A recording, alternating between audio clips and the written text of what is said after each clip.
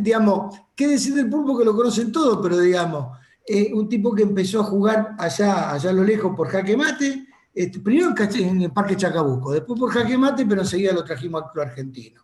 Después incursionó como árbitro, se fue metiendo, fue árbitro internacional, y después se hizo periodista y terminó siendo periodista del diario Clarín. Allá en una época donde la gente ya no vestía traje todo, pero donde la convocatoria al ajedrez era mucha. Es un tipo muy humilde. Hay un libro que se llama Consejos Viejos de un viejo Trevejo, que a mí me hace acordar a Luis. Cada vez que uno va al club, uno lo ha visto dándole consejos o a Santiago Curia, o a Juan Durán, o a Nicolás García. Todos, ¿qué dicen ellos de él? Que es una enciclopedia viviente del ajedrez, y además un tipo de bajo perfil. Una buena persona, un amigo de alguna forma, y de esas personas, a ver, cierro con esto. El año pasado, hace un año y medio más o menos, tuvimos la suerte del club que Petrucci nos diera la posibilidad de hacer una semifinal del torneo argentino y vinieron 100 jugadores más o menos. Todos los árbitros y los que estuvimos ahí presentes mirando todo lo demás, podemos decir que esos 100, al presidente, al secretario, al presidente Fada, lo ha saludado muy bien, algunos más que 50 seguro. Al Pulpo lo saludaron todos. Y todos se detuvieron a hablar con él de algunos instantes, momentos que conocen. Yo creo que con esto queda todo dicho, Pulpo, y la conferencia es tuya. Gracias, te excedes un poco, pero bueno, no importa, lo acepto. No, yo les quería hablar de lo que sucedió fuera de algo gracioso que sucedió dentro del ambiente del ajedrez, pero que lo pueden entender gente que también está fuera del ajedrez. Comenzando, digamos, con la Olimpiada de 1978, que evidentemente marcó el comienzo de una era bastante pujante en el ajedrez argentino. Ya venía del comienzo de la década del 70 con las dos visitas de Fischer en el 70 y 71. Pero el ajedrez argentino está marcado por las dos Olimpiadas, ¿no? La de 1939, dejando acá a unos grandes maestros europeos, y la del 78 por la influencia tremenda que trajo. Era increíble ver esa Olimpiada en el estadio de River, creo que era sobre la tribuna Almirante Brown, y la cantidad de público que iba, público, muchos de los cuales no sabían nada de ajedrez, que después por lo que me comentaban, yo me daba cuenta, ¿no?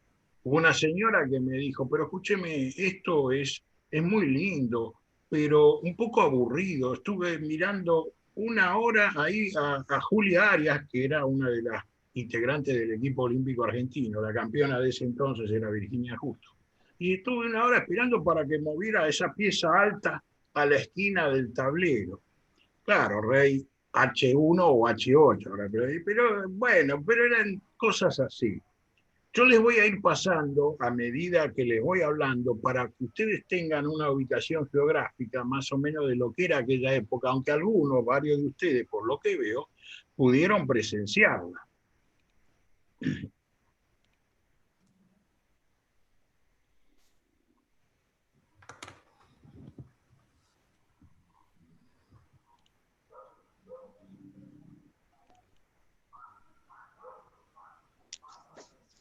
Hola. Sí. Ahí van a ver ahora unos videos. Yo estuve ahí, colaborando de fiscal, ¿te acordás, Luis? Ajá, sí, por eso decía que muchos han participado ahí. Eran todos, para mí, entonces que era un muchacho de 25 años, todos monstruos tremendos, ¿no? Como Petrosian, ex campeón del mundo, Spassky, Smilov era delegado del equipo en ese entonces de la Unión Soviética. Y era todo un acontecimiento, ¿no? 200, en realidad 190 partidas por día se disputaban entre la Olimpiada masculina y la femenina, ¿no? y todo se hacía con lápiz, papel y fotocopia. No había computadora. Entonces todo costaba un gran esfuerzo. Había unas cabinas telefónicas al lado de cada match, donde el árbitro de ese match tenía que pasar el resultado a un árbitro que recolectaba los resultados, que era nada menos y nada más que Oscar Hermito, el ya fallecido Oscar Hermito. Era evidentemente una fiesta tremenda, porque yo me encontraba con que con mi mal inglés, que sabía debido al cine, y con una pequeña base de la escuela secundaria, me hacía entender con todos.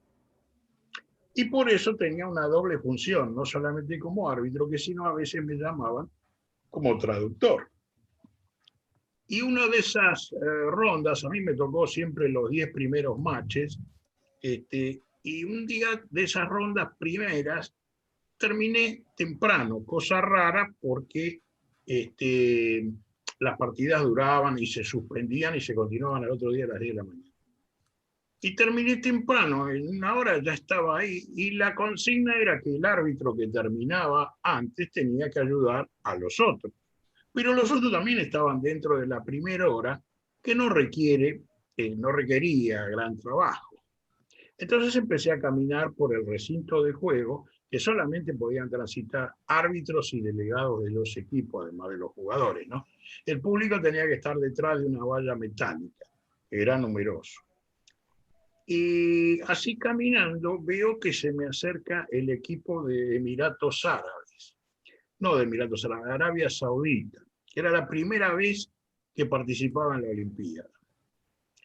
Y se me acerca con sus túnicas ahí, 4 o 5, uno con barba, que me dicen en un inglés tosco que querían comprar a una traductora pelirroja muy bonita que estaba ahí. Entonces, para lo cual querían hablar con el director de la Olimpiada, si yo se lo presentaba, con Héctor Rossetto. Yo le dije, primero traté de disuadirlo, que no, que Rossetto estaba muy ocupado, que no se podía. Y le volví a preguntar, le digo, ¿pero qué es lo que ustedes quieren? Y me repitió que quería comprar a la traductora.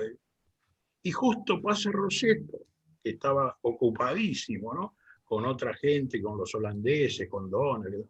Y se me acerca y dice, ¿qué pasa, pibe? Me dice. Le digo, mire, don Héctor, quieren comprar a aquella traductora.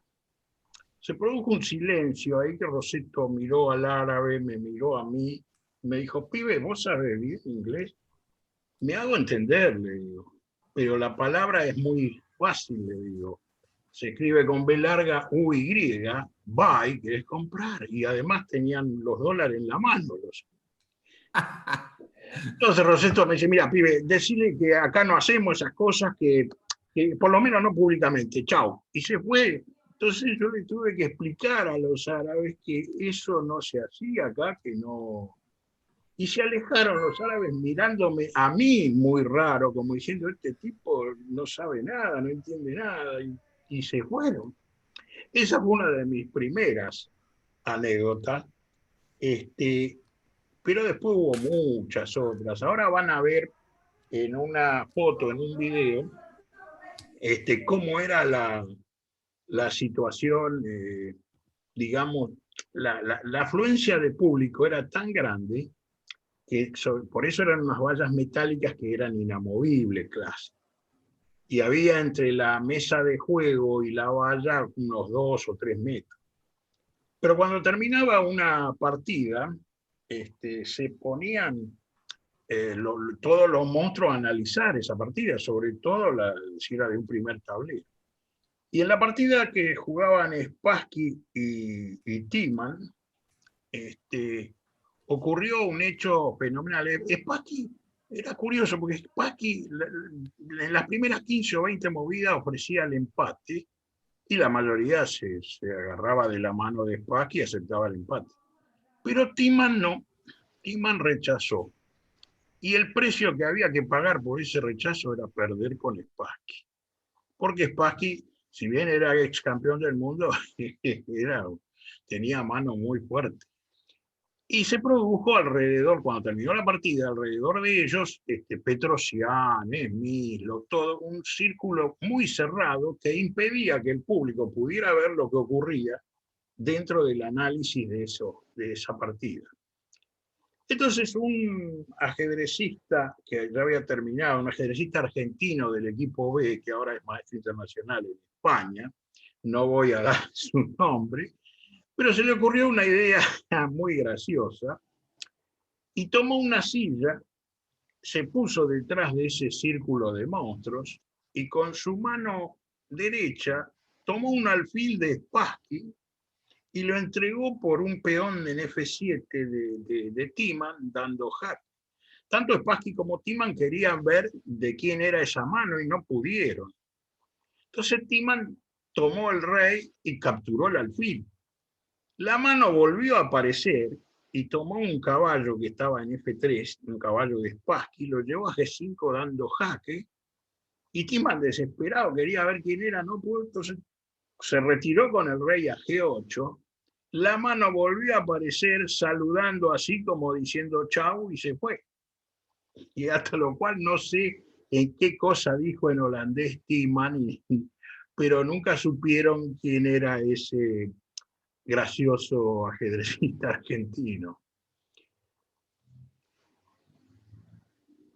Otra de las anécdotas de esta Olimpiada que recuerdo muy bien era Oscar Hermito. Oscar Hermito era una fiera trabajando en todos los torneos, pero ahí en la Olimpiada más que nunca recolectaba resultados. Tenía 10 teléfonos más o menos en una mesa enorme donde tenía pegadas todas las planillas de los equipos que se enfrentaban. Y desde esas cabinas naranjas que están al costado, los árbitros le traspasábamos a él los resultados uno a uno y después el resultado general. Entonces él atendía a todos los teléfonos, era una locura, ¿no? Ahí porque tenía que una sola persona que atendía porque era el que llevaba los resultados y después le pasaba a la oficina de al lado, la oficina de prensa y la oficina donde se hacía el boletín. Y un día suena el teléfono, Hermito atiende y una voz del otro lado le dice, señor, le hablan de la agencia Fran Press. Quisiéramos saber si es verdad que por primera vez en una Olimpiada de ajedrez está participando el equipo de Malasia. Y Hermito primero le dice, bueno, pero ¿cómo llamó hasta acá? Porque nosotros esto es un lugar interno, no podemos dar información, tiene que llamar a la oficina de prensa. Bueno, pero ya que estoy ahí, señor, es ese dato. Entonces dice, sí, está jugando Malasia. Ah, bueno, y el primer tablero es Sandokan. Una de esas bromas se la gastó un árbitro al cual Hermito tenía cierto discordia, ¿no? Y esos chistes eran muy comunes. Otra de Hermito era que un día había una olimpiada, una suspendida, digo, y él, como los días de la suspendida, no tenía el mismo trabajo que cuando se estaba jugando. Entonces venía, recorría la sala, y en una de esas jornadas de suspendida aparecen unos operarios con taladro en mano, rompiendo la parte de la tribuna del otro lado del ventanal, pero hacía un ruido infernal. Y tenían puesto esos tapaoídos que no... Y le gritaba a Hermito y, bueno, tuvo que salir corriendo, pero igual no... Los operarios siguieron trabajando. Entonces hubo que llamar a Rosetto, y no sé cómo habrán hecho, pero una hora después dejaron los operarios de trabajar. Era realmente una situación muy descoordinada en ciertos aspectos, pero logró salir a flote la Olimpiada finalmente con lápiz, papel y fotocopiadora, como digo yo.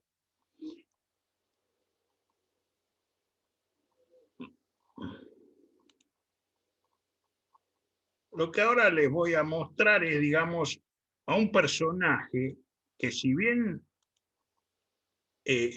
estuvo ahí en la Olimpiada. También después participó en varios torneos acá en Argentina. Ya había estado en el Magistral de Mar del Plata de 1971 y es el gran maestro norteamericano Walter Brown. Todo un personaje en realidad, que si no existiera voy a acabarlo invitado. Ya falleció joven. Este es Walter Brown.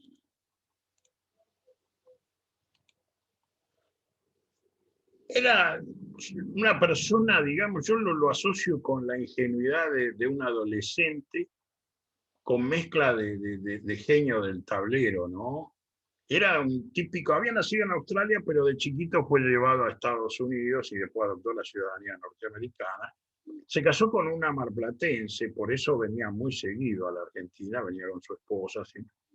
Era lo que el típico gambler estadounidense. Tenía una oficina en Las Vegas donde jugaba póker y backgammon. Ha jugado con figuras, con estrellas de Hollywood como Frank Sinatra. Y era una cosa realmente, era un eléctrico. Él pensaba, estaba quietito y de repente hacía la movida, apretaba el reloj, pegaba un salto y empezaba a recorrer a grandes trancos la sala. Esa es la costumbre de él. Y claro, él sabía hablar español, lo entendía, pero le daba vergüenza hablarlo. Entonces siempre me buscaba para traducir, ¿no? Y yo hablaba peor que él, pero bueno, no importa. Y tenía la costumbre de, cuando esperaba la respuesta del rival, de reclinarse sobre sus dos patas traseras de la silla, ¿no? Lo hacía con mucha habilidad, parecía un equilibrista de circo, porque lo hacía bastante bien. Y un día tiene una partida suspendida con el inglés Michael Sting, y yo estaba arbitrando justo esa partida, tenía que estar ahí a las 10 de la mañana y estaba ahí en un día de calor, porque la Olimpiada se hizo todo en verano, era mucho calor, hizo en el 78 de noviembre, creo eso. Y yo estaba sentado en los sillones del lado del público, no del recinto donde me correspondía, porque no había público, no venía poca gente, había pocas suspendidas. Y Browne se pone a hacer equilibrio esperando la respuesta del inglés, Michael Sting, y aparece una mosca sobrevolando, que como un kamikaze japonés ve la frente de Walter Brown y se lanza sobre esa frente en raudo vuelo. Y Browne la ve venir y entonces se empieza a reclinar cada vez más sobre la silla y ve que se empieza a ir hacia atrás. Entonces se agarra de la mesa, pero la mesa también se va con él. Entonces Sting agarra la mesa, el inglés agarra la mesa y la detiene. Brown pega un salto y con una de sus rodillas golpea la mesa por abajo. Las piezas, relojes y todo se fueron al diablo.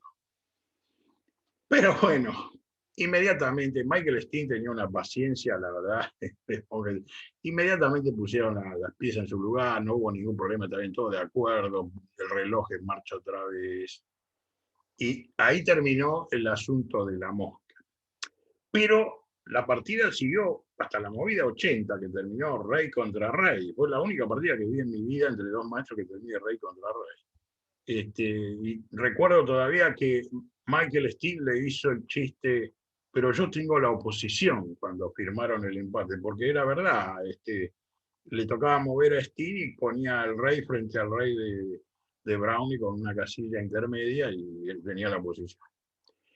En el interín de esta partida, Brownie se levantaba cuando no le tocaba jugar y caminaba a grandes trancos hacia el ventanal.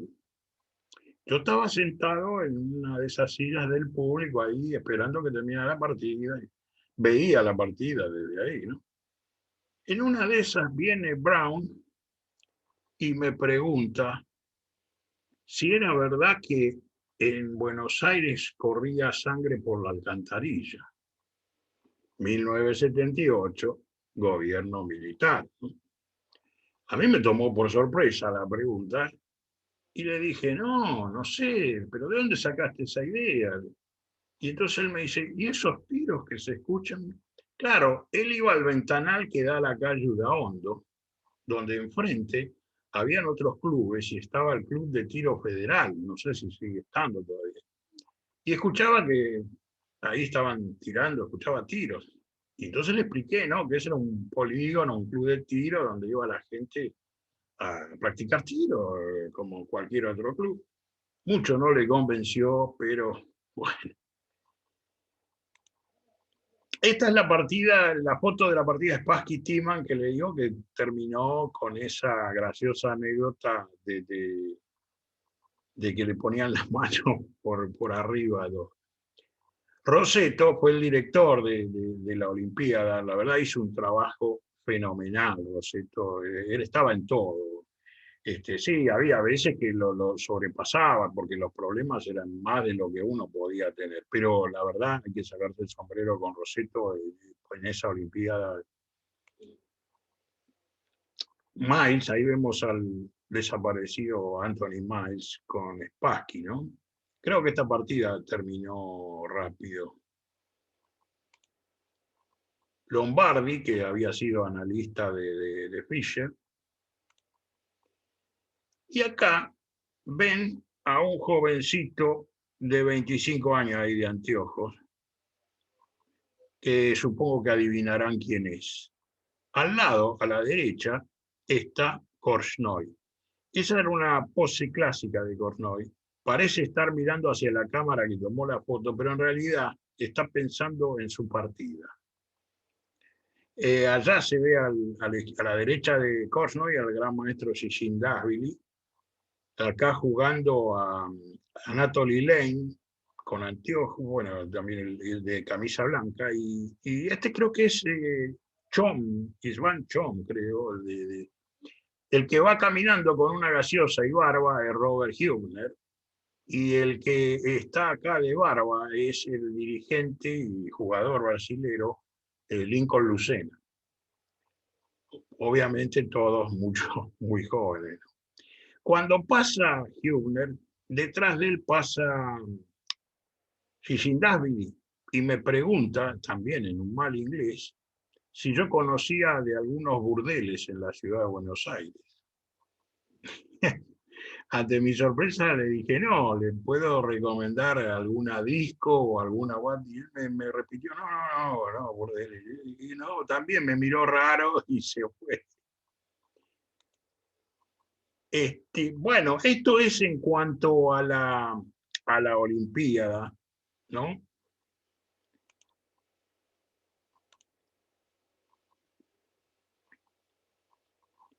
Y hay muchas más anécdotas, por eso lo definía a Brown como un personaje, porque hay muchas más anécdotas de él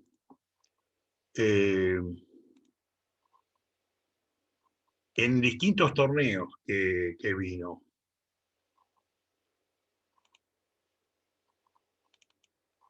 Como a los 2 años, sí, en 1980, se hace un abierto muy grande en Morón, donde jugaron 8 grandes maestros extranjeros, Luboyevich, Larsen, y entre ellos jugaba Walter Brown, también estaba Seirawan, en fin, una gran... El Colegio Dorrego de Morón, Luis. ¿Cómo? El Colegio Dorrego de Morón. Así es, sí, ahora vas a ver una foto de ahí. Que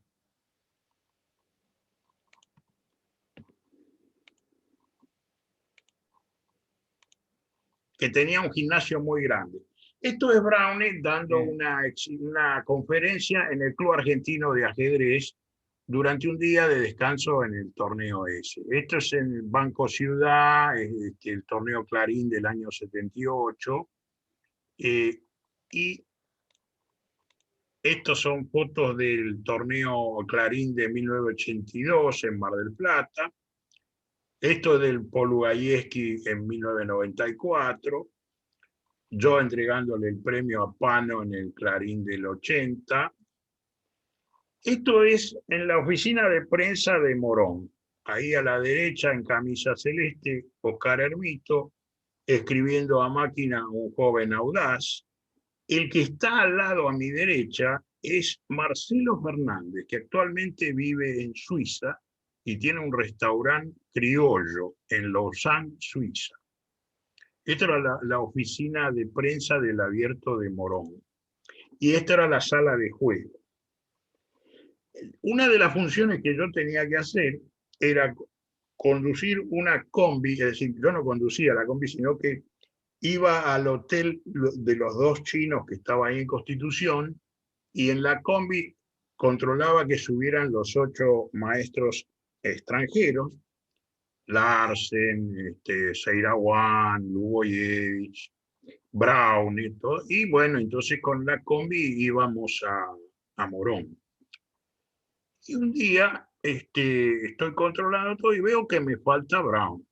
Entonces voy a la recepción del hotel y pregunto y me dicen que está en la habitación. Se lo llamo a la habitación y le digo que está ya la combi para salir y me dice, no, está bien, vayan, yo me voy a ir en tren. Entonces yo le digo, ¿pero cómo en tren? Sí, tengo que ir a la plaza Miserere, me decía, Miserere. Sí, le digo, Plaza 11, ya sé, pero no podés ir en tren, le digo, el tren a esa hora, a las 5 o 6 de la tarde, es infernal.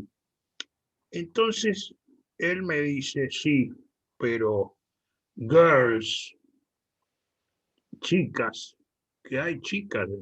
Pero no, le digo, no se puede. Y él, bueno, finalmente lo dejé y me fui con el resto de los jugadores a Morón. El torneo empezaba, creo que a las 7 o 7:30, no recuerdo bien, pero cuando faltaban pocos minutos, llegó Brown a la sala de juego, que jugaba creo que con Fernando Braga ese día, que perdió la partida. Todo sudado, terrible, transpirado por todos lados. Se sienta, hace la jugada con negras y en eso pasa un mozo que servía y él le pide algo y el mozo se va y vuelve y le trae una gaseosa de esas 7-Up. Brown lo que le había pedido era agua mineral, pero como su castellano era tan malo, le entendió una 7-Up lo que trajo. Y se arrojó la 7-Up sobre el pelo para mojarse, y después pasaba la mano por el pelo y la mía, y se dio cuenta que era una gaseosa, una cosa realmente graciosísima. Y anécdotas como esta de Brown tiene muchísimas. Esto es Larsen dando una exhibición en el tercer piso del diario Clarín. Acá hay algunas figuras periodísticas. Este de anteojo y camisa a cuadros es nada menos y nada más que Rómulo Berruti, un tremendo aficionado al ajedrez. Venía todos los días a ver el match Kornoy-Polugayevsky, incluso venía a la Olimpiada del 78. El que está de barba con la mano izquierda pasando es Horacio Cardo, un dibujante muy conocido, que incluso ha hecho dibujos para el New York Times. Y acá, en esta simultánea, en un momento dado, movió mal un caballo. Y cuando Larsen llegó al lugar, le gritó, en nombre de la FIDE, ¿dónde está ese caballo? Y Carlos se puso tan mal que se quería ir porque se dio cuenta que había cometido un error y entonces Larsen le dijo, no, así no se mueve el caballo. Entonces, porque se dio cuenta que el otro era tan tímido, Cardo, que se había asustado. Pero bueno, continuó. De más está decir, Larsen ganó todas las partidas.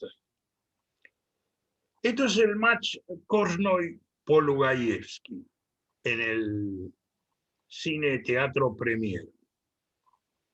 Era increíble este match lo que fue, porque acá, este es el hall de entrada a la salida de una de las partidas que ya terminó, ¿no?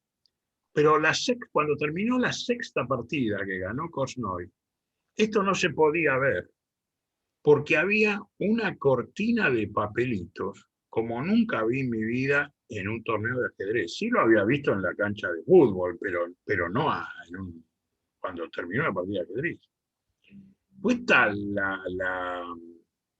la actitud del público de tirar que a Polubayski, porque una de mis tareas era llevar a Polubayski cuando terminaba a su hotel, conducirlo ahí al Hotel Electra que está en Suipacha, entre Lavalle y Tucumán. Y no quiso ir con el remis, con el móvil, quiso ir a pie. Entonces íbamos caminando por la calle Corrientes y en un momento dado, estaba triste Polubayski. Me pregunta, pero ¿cómo? Acá los argentinos no me quieren a mí. Entonces yo le digo, sí, ¿cómo que no?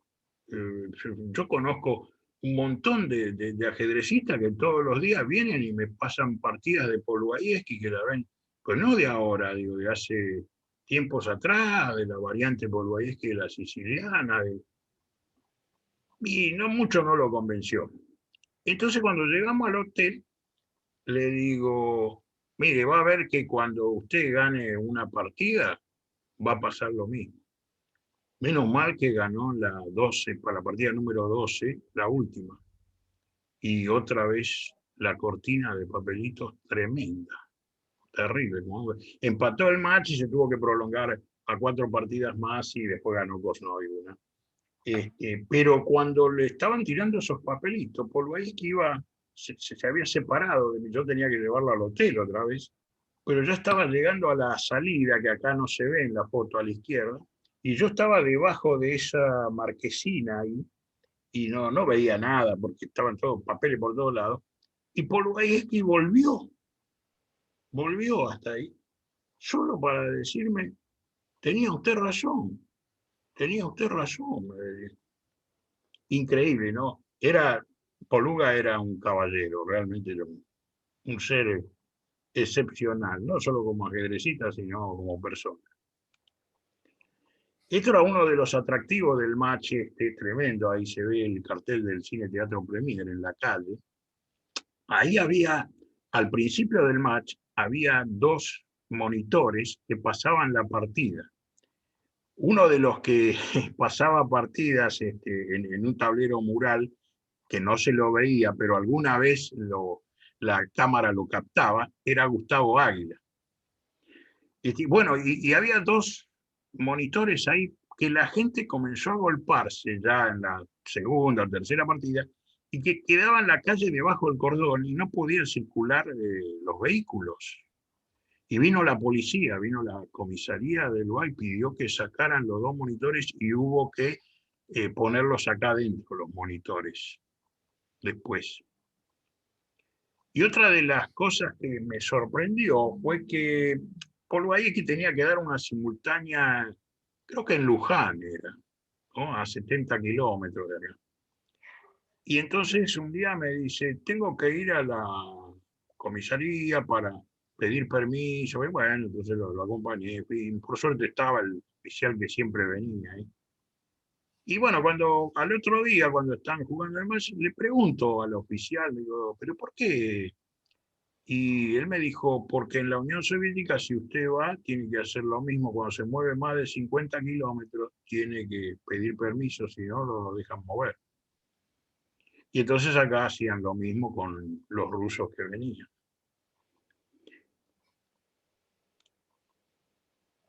Este es el torneo magistral Clarín que se hizo en el 80, el mismo año que el Polubayski-Korchnoi, pero en noviembre. El Polubayski-Korchnoi creo que fue en julio del 80. Y acá fue la primera vez que jugaba, bueno, no la primera vez, sino la primera vez que Karpov vino a la Argentina, perdón, la segunda vez que Karpov vino a la Argentina, porque en 1978, en la Olimpiada, Karpov había venido de visita. Karpov-Korchnoi habían terminado en Baguio unos días antes de la Olimpiada. Y recuerdo muy bien la visita a Karpov a la Olimpiada porque ingresó, salió del ascensor rodeado de gente, se metió en el recinto de juego, que era el único que tenía permiso para entrar ahí, y fue directo atrás de la partida de Korchnoi, que se puso detrás de Korchnoi, tuvo 5 minutos mirando la partida de Korchnoi, que jugaba con Chichinchuan ese día, que creo que era la tercera ronda, porque Korchnoi llegó también 2 o 3 rondas. Y se fue, Karpov se fue. La segunda vez que vino fue para jugar este magistral, que ansiosamente muchos países querían hacer un torneo magistral con Karpov, ¿no? El campeón del mundo del momento. Y acá en este magistral, bueno, pues la actuación de Karpov no fue muy buena, creo que salió quinto. El torneo lo ganó Larsen de punta a punta. Y era una competencia declarada, digamos, entre el diario Clarín y el diario La Nación, que había organizado el match de Korchnoi-Polubayevsky una cuadra de distancia, ¿no? Claramente era eso. Y durante el match de Korchnoi-Polubayevsky, el árbitro del match era el viejo Miguel Naidoo. Y Korchnoi estaba en pleno auge de su fuga de la Unión Soviética, ¿no? Pero más que nada incentivaban personas que lo rodeaban a él, como su mujer Petra, su abogado, un alemán, Alban Brodbeck, lo instaban siempre a hablar contra la Unión Soviética, y Korchnoi, mandado a hacer, hacía de todo. Cuando Polubayevsky gana la 12ª partida, Korchnoi, extralimitado, enloquecido, ya se habían ido todos, le gritaba a Naidoo que usted trabaja para el KGB, qué sé yo, cualquier cosa. Bueno, el viejo se quedó muy mal, Naidoo. Y cuando se hace este magistral Clarín, recuerdo muy bien, Karpov había jugado con Browning, había empatado, y estaban analizando en la sala de análisis, y estaba Naidoo ahí. Y le empieza a contar de Korchnoi a Karpov, qué Korchnoi, esto, lo otro. Le dice, usted sabe, me dijo que yo era agente del KGB, y Karpov, tenía chispa Karpov también, le dice, nada, don Miguel, no se preocupe, todo el mundo sabe que el agente del KGB soy yo. Y bueno, pero este fue también otro de los torneos que el diario Clarín contribuyó muchísimo a darle un impulso tremendo al ajedrez. Más allá de lo que se lo pueda criticar al diario por motivos políticos, el ajedrez le tiene que estar muy agradecido. Perdón, ya que haces una pausa, te agrego una nota de color. El 5 de noviembre de 1980 es cuando Karpov da la simultánea acá en el oeste, en el Salón de Curátola, Luis. Sí, en Ciudadela, sí, sí. Y creo que ahí Sí, señor. jugó con Smith, con el, ¿cómo se llama? Con Samir. Con Samir, eso. Con Samir. Sí, señor, estaba al lado mío. Claro, sí, sí. Karpov hizo mucha actividad acá, vino muchísimas veces, ¿no? Y siempre tuvo malos resultados hasta que en el año 2000, creo, ganó por primera vez el torneo bueno, en realidad lo ganó Bologan, pero terminó creo que empatado Karpov ahí, el torneo Naidoo del año 2000. Vamos a ver ahora.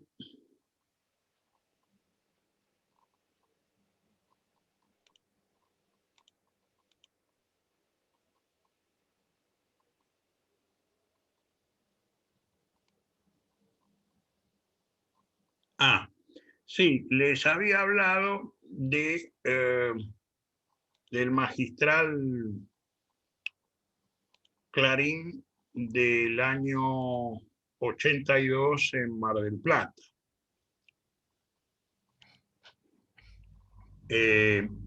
Y ahí en Mar del Plata se jugó en el Hotel Hermitage. Y era el torneo se hacía en el mismo escenario donde a la noche hacían una obra de teatro Ricardo Darín y Susana Jiménez. Y bueno, estaba toda la farándula, y Pepe Parada, Sofovich, Gerardo Sofovich, qué sé yo, un montón. Entre ellos estaba Emilio Dizzi, que es muy aficionado al ajedrez y venía a ver todas las rondas. A ver si puedo identificar a la...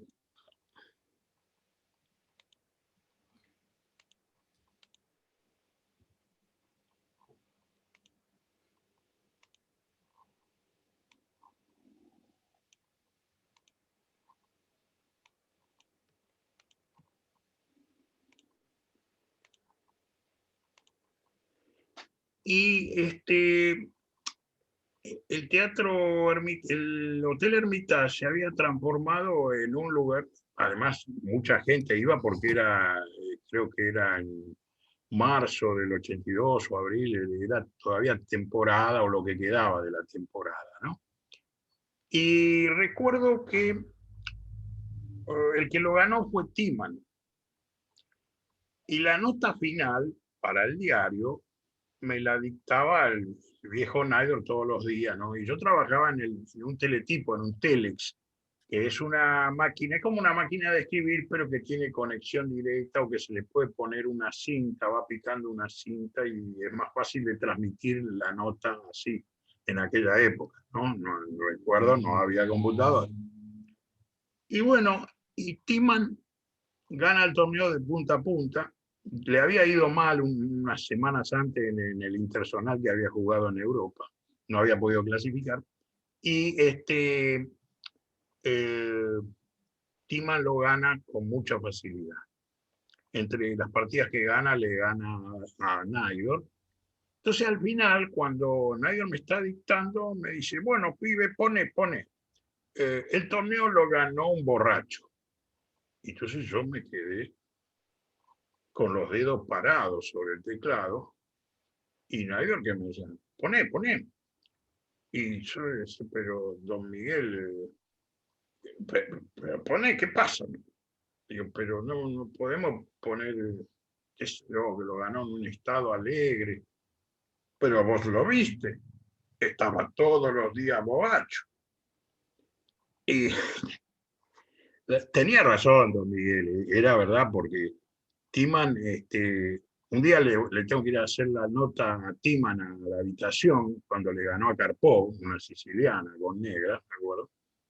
Y estaba completamente ebrio, pero se mantenía en pie y hablaba coherentemente, ¿eh? Y tenía dos fuentones, uno con fruta con vino tinto y el otro fruta con vino blanco. Y se mandaba un cucharón de cada uno mientras hacíamos la nota. Y todo momento estuvo así. Es más, en aquella época, el ambiente de la farándula por la tarde se reunía en el hall del Hermitage y tomaban ahí algo en el bar, en el mostrador del bar. Mientras tanto, en el hall estaba la gente del hotel, ¿no? Y un día estaba Timan completamente dormido ahí en un sillón, y Pano y García Palermo estaban hablando más atrás. Y en la barra del bar estaba Graciela Alfano, con alguien más de la farándula, no recuerdo quién, y se veía de la parte de atrás toda Graciela Alfano con unos mini hot pan de esa época, y Timan se despierta y ve eso, y entonces se para, bamboleándose, y va directo hacia la barra del bar. Y aparentemente Pano y García Palermo se dieron cuenta y lograron tomarlo a Timan y volverlo a sentar en donde estaba durmiendo.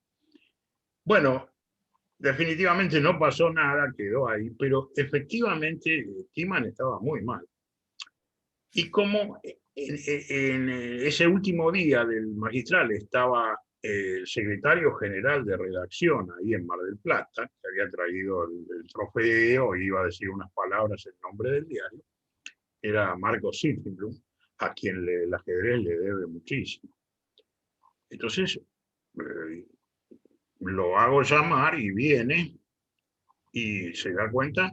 Y entonces le dice a Nairo, pero Miguel, no podés escribir eso, no podés. Pero todo el mundo lo vio, todo el mundo lo sabe y me dicen que no podemos poner. ¿Por qué no podemos? Nairo, de la bronca que tenía de haber perdido, quería poner eso.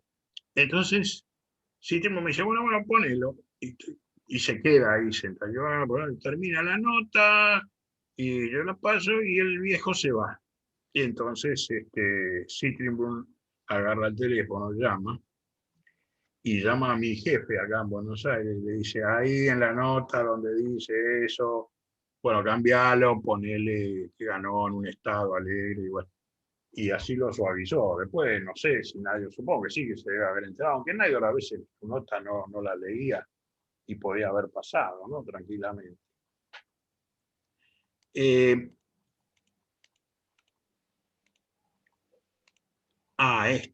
Esto les quería hablar del Banco Ciudad. Acá se jugaba siempre en esta sala, esto es una foto del Magistral Clarín del año 78, pero durante toda la década del 80 se jugó ahí el Grand Prix de ajedrez de Argentina, que organizaba un señor del Club Jaque Mate, un organizador muy conocido que había estado en la FADA, que se llamaba Carlos Gómez. Y tenía una facilidad para conseguir sponsor, y había conseguido el sponsor del Banco Ciudad para hacer el circuito Grand Prix, que él le había dado ese nombre.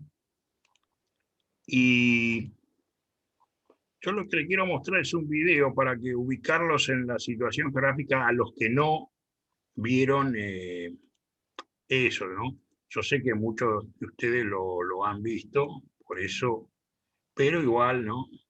Acá está.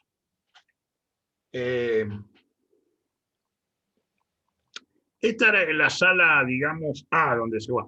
Estos torneos tenían una participación masiva de 300, 350 jugadores. El Grand Prix de enero del 81 tuvo 350 y 50 quedaron afuera porque no teníamos más material, no había juegos y relojes. Ya se habían pedido prestado juegos y relojes a distintos clubes, a todos los clubes de ajedrez de Buenos Aires y de Gran Buenos Aires. Hermito hacía jugar, por ejemplo, a los que estaban, los que ganaban rápidamente por ausencia, tomaba a dos y los hacía jugar ahí en esa mesa con ese reloj para que después al otro día iba a conseguir 10 juegos, 10 relojes más. Era infernal. Y eso era con una inscripción cara. No es como ahora con el legislatura que no tiene inscripción, salvo la del ELO. Pero en esa época la inscripción era cara. Pero hay que aclarar que además de poder jugar las 9 rondas, el participante, cada uno de los participantes tenía 9 sándwiches, 9 gaseosas y 9 cafés. O sea, cada ronda le daban un sándwich, una gaseosa y un café. Esto que le voy a contar carece de demostración. Es una deducción que hicimos entre Mariano Vargas, Hermito, el organizador, Carlos Gómez y yo. Ustedes traten de imaginarse, en aquella época, que no había computadora, que los fixtures había que hacerlo a mano, 350 nombres, ponerlo a mano por triplicado carbónico, y después sacar fotocopia y pegarlo ahí en esas columnas. Bueno, era una cosa infernal. Pero imaginemos un indigente que viene a presenciar eso y está en una sala donde en verano hay refrigeración y en invierno hay calefacción. Y este indigente, que no es un indigente, digamos, tiene algunos conocimientos, empieza a darse cuenta, sabe mover las piezas, de jugar al ajedrez, y empieza a ver que hay ciertos lugares donde la mesa falta un jugador. Es decir, el jugador que está en la mesa 110 con negras está, pero el que juega con blancas no está. Y ve que siempre se lo espera una hora. Bueno, se ve que esta persona, imaginemos que toma ánimo un día y ve en el fixture quién juega en la mesa 110 con blanca. Y entonces supongamos que ve que juega Carlos Parodi, ¿no? Por decir un nombre. Y que juega con negras con José Pirulo. Entonces espera esta persona ahí, ¿no?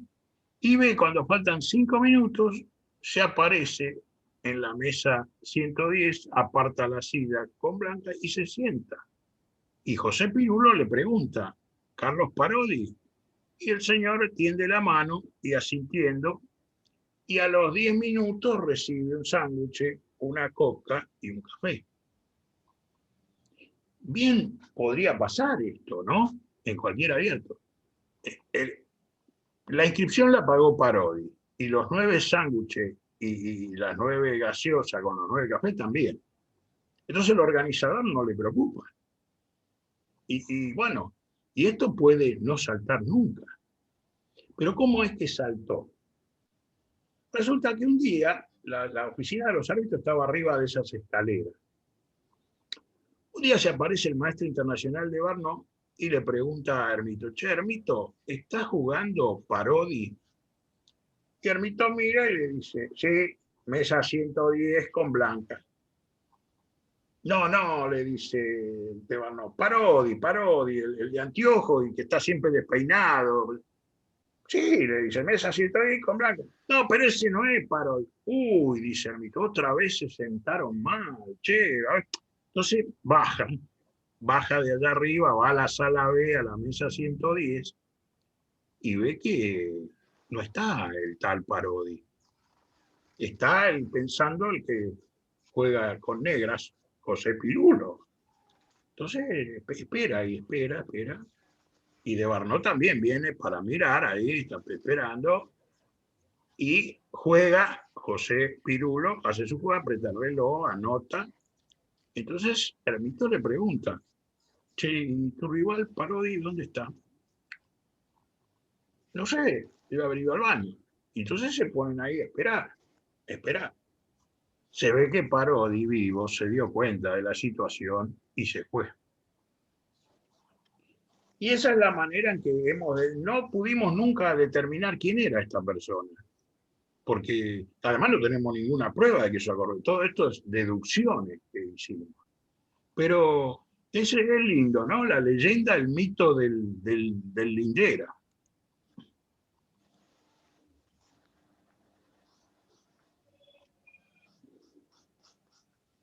Bueno, no sé si creo que con esto ya he cumplido una hora en esto. No sé si alguien tiene alguna pregunta para hacer.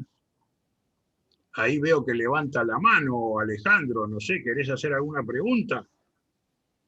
Sí, en una de las fotos que mostró está de fondo el ajedrez femenino. Y yo me acuerdo haber estado en el estadio de River Plate y vi a Chiburdanidze o Grapashvili jugando al ajedrez, la campeona mundial en ese momento. ¿Puede ser? Sí, efectivamente. No con Gaprindashvili, Chiburdanidze era la campeona. Bueno, puede ser que era porque Chiburdanidze representaba a Georgia, pero era toda Unión Soviética en esa época, no con Gaprindashvili. Pero había la Olimpiada femenina contó con 31 equipos, la masculina con 64. Eran 190 partidas todas juntas, ¿no? 380 jugadores y jugadoras. La Olimpiada femenina era la atracción por varios motivos, ¿no? Había el primer tablero polaco, Herenska, una rubia hermosa era, pero la destacada jugando sobre el tablero y peligrosísima, lo demostró mucho tiempo después, Maya Chiburdanidze. Nosotros teníamos el equipo con Virginia Justo, Julia Arias, Edith Sope, y creo que Argentina, la Argentina A de varones salió 17, de 64, aceptable. No sé, no recuerdo cómo salieron las mujeres, pero sí, Chiburdanice estaba allí. Otra cosa que recuerdo de la Olimpiada, y no sé si los que estuvieron ahí tuvieron la oportunidad de ir a ver el último match, o sea, el match número 32, que jugaba siempre Indonesia, porque no eran, nunca fueron grandes ajedrecistas, salvo Suradillar en el primer tablero, bueno. Pero tenía una particularidad Indonesia. Fumaban unos cigarrillos con un olor espantoso que era intolerable. Yo lo recuerdo bien. Yo no sé cómo la FIDE permitió eso. Después se prohibió fumar, bueno, eso está muy bien. Pero particularmente esos cigarrillos, porque después tenían un olor que no se podía estar. Y la última ronda era graciosísimo ver a la Unión Soviética, a todo el equipo de la Unión Soviética y todo el equipo de Hungría, estar mirando a Indonesia, porque ambos habían jugado con Indonesia y era importante para el mucho. Entonces estaban todos mirando ahí ese match, era una cosa graciosísima. Ganó Hungría, ¿no? Fue una de las pocas veces que no ganó Unión Soviética en esa época. Ahora ya no está mal la Unión Soviética. Rusia está en los primeros puestos, obviamente, pero China le está sacando digamos, el palmarés, ¿no? ¿Quién estaba en Hungría en esa época? Perdón, No sé lo dejamos entrar a Enrique Arguiñadiz. No. Le dejamos entrar para aplaudir, decirle bienvenido. Chao. Bienvenido a la tertulia, Enrique. Y bueno, Enrique debe haber estado en la Olimpiada, yo calculo, la Olimpiada del 78, o la debe haber presenciado, no sé. Yo creo que hubo alrededor de 114. Luis, yo estuve de fiscal también. Ah, bueno, sí, porque yo sabía que hubo como 114 árbitros en total.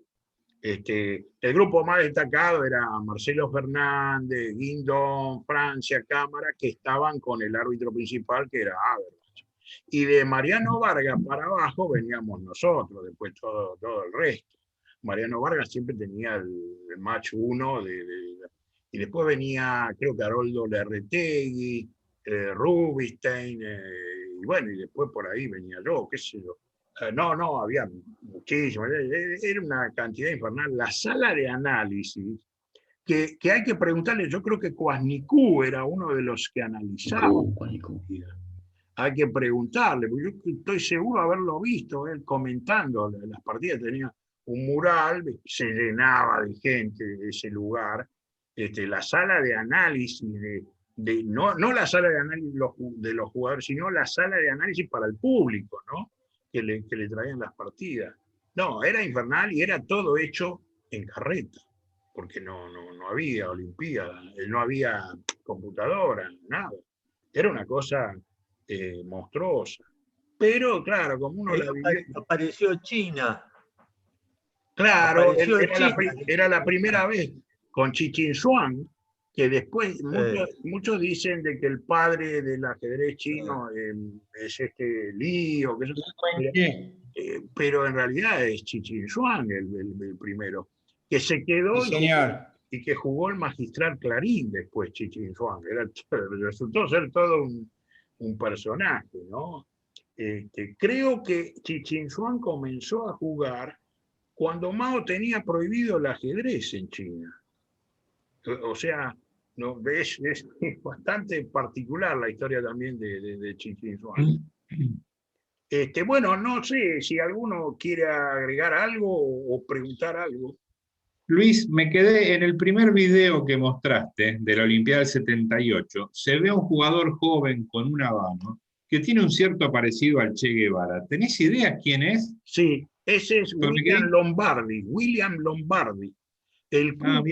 Claro, y yo creo que él hizo a propósito eso, porque después vino otra vez a jugar. Y creo que hizo a propósito lo de esa onda Che, porque venía a la Argentina y con el Habana. Y claro, porque después vino sin barba, sin bigote, sí con el cigarro, porque pongamos cigarros más chiquitos, ¿no? Vino en el 79, jugó el Magistral Clarín, por ejemplo. Era una persona excelente. Él fue analista de Fischer en el primer match de Spassky Fischer en Reykjavik. Y fue campeón mundial juvenil también. Sí. Y cura. Era cura. Sí, señor. Era cura, sí. Después dejó los hábitos. Murió hace poco. Ah, no sabía que había muerto. ¿Cómo se fumaba en esa Sí, época? tuve una alumna. Sí, bueno, yo creo que un poco es el producto de ver tantas películas de Hollywood, ¿no? Que te vendían siempre el cigarrillo y el whisky para el héroe, ¿no? Siempre aparecía el héroe con el cigarrillo. Y entonces, y acá se adoptó también eso, y yo lo considero bastante insano, pero bueno, ¿qué vamos a hacer? Ahora el ajedrecista va al gimnasio, hace pesas, practica natación, tenis, es increíble. Debería hacerlo. Por ejemplo, Carpo creo que escribe en su libro Hijo del Cambio, Casparo, digo, en su libro Hijo del Cambio, que él hacía ciclismo, mucho ciclismo.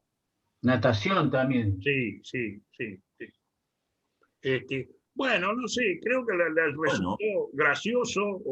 Muchas gracias, Luis. Bueno, realmente prodigiosa tu memoria y muy interesante tu colección de imágenes, tanto de fotografías como de videos. Les quiero aclarar de eso. Todo esto se puede sacar de internet, porque está todo en internet, esas fotos.